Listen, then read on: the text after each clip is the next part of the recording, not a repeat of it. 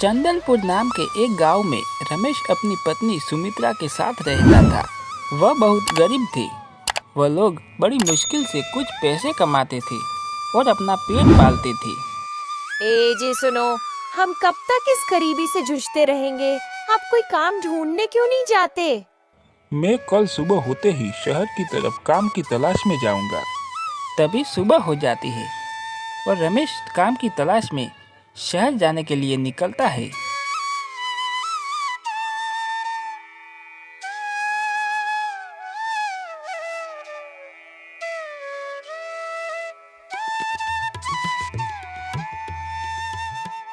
वो बाजार पहुंचता है।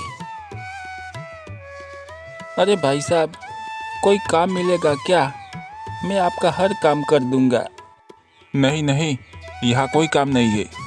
रमेश वहां से चला जाता है और दूसरी दुकान पर पूछता है। कोई काम दे दो मालिक। काफी जगह वो काम के लिए पूछता है, लेकिन उसे वहां कोई काम नहीं मिलता और वो खाली हाथ और उदास मन लिए घर पहुंचता है।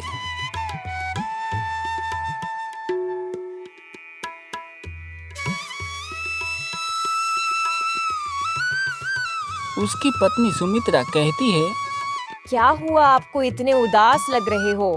कोई काम नहीं मिला क्या? चलो खाना खा लो, कल फिर काम ढूंढने जाना। शायद कल कोई काम मिल जाए। रमेश को उसकी पत्नी खाना देती है और वह दोनों खाना खाकर सो जाते हैं।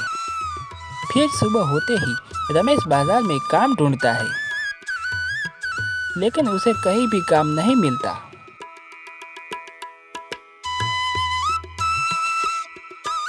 रमेश थका हारा नदी के किनारे के पास एक पेड़ के नीचे छांव में बैठ जाता है। अब मैं क्या करूं? कहीं काम नहीं मिल रहा है। हे भगवान, अब आप ही मेरी मदद करो। वह ऐसा सोच ही रहा था, तभी अचानक से नदी में से भगवान प्रकट होते हैं और रमेश से बोलते हैं, बेटा, मुझे सब पता है कि तू बहुत गरीब है और तुझे काम भी नहीं मिल रहा है।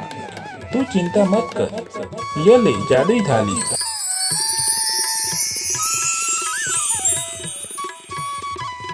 तू इसे जो भी पकवान मांगेगा वह तुझे मिल जाएगा, लेकिन अगर इसका गलत इस्तेमाल किया गया तो ये थाली से जहरीले जानवर निकलेंगे। ऐसा कहकर भगवान वहां से गायब हो जाते हैं।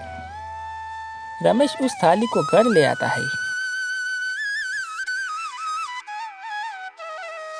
अरे सुनती हो, जल्दी बाहर आओ, देखो मुझे क्या मिला है।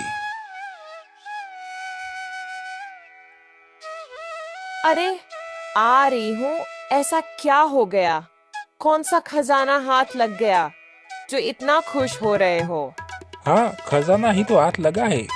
देखो, ये जादुई थाली है। रमेश अपनी पत्नी से सारी बात बताता है और वह दोनों थाली को नीचे रख देते हैं और सुमित्रा उस थाली से कहती है, जादुई थाली, हमें स्वादिष्ट लड्डू खाने हैं, कृपया हमें स्वादिष्ट लड्डू दो। ऐसा कहते ही उस थाली में स्वादिष्ट लड्डू आ जाते हैं। वह थाली पाकर वह दोनों बहुत खुश हो जाते हैं। वह दोनों मिलकर बाजार में एक ढाबा खोलते हैं और खुशी खुशी रहते और उस थाली से वह जो भी पकवान मांगते उनके सामने आ जाता। एक दिन एक सेठ उनके ढाबे के पास आता है और सोचता है, अरे, इस रमेश ने ढाबा खोल लिया। कुछ दिन पहले तो यह काम मांग रहा था। जरूर इसके हाथ कोई खजाना लगा है। मुझे पता लगाना ही पड़ेगा। रमेश उस थाली से बहुत पैसे कमाता है और उनकी आर्थिक स्थितियां भी ठीक हो जाती है। वो बड़ा घर भी बना लेता है। एक रात सेठ अपने साथी के साथ रमेश के घर के बाहर पहुंच जाते हैं। तुम खिड़की से देखो वो क्या कर रहा है। ठीक है सरदार, मैं खिड़की से देखता हूँ। अच्छा, तो इसके पास जादुई थाली है। अब इसकी थाली चुरानी पड़ेगी। हम कल फिर आएंगे और इसकी थाली चोरी करके ले जाएंगे।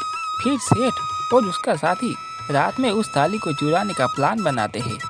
जब रमेश और उसकी पत्नी सो रहे थे, तब वह दोनों घर में घुस जाते हैं। उन्हें वह जादुई थाली सामने रखी दिखाई देती है। क्योंकि वो अंधेरे में भी चमक रही थी। दोनों उसके पास जाते हैं और उस थाली को चुराने में सफल रहते हैं। अगली सुबह सेठ और उसका साथी थाली से कहते हैं, जादुई थाली, मुझे बहुत सारा पैसा और सोना चांदी दे। तभी अचानक उस थाली से सांप और बिच्छू जैसे जहरीले जानवर निकलते हैं। फिर दोनों दुम दबाकर भाग जाते हैं। बचाओ, अरे मेरे लिए तो रुक, बचा मुझे। और वो थाली और जहरीले जानवर भी अपने आप गायब हो जाते हैं।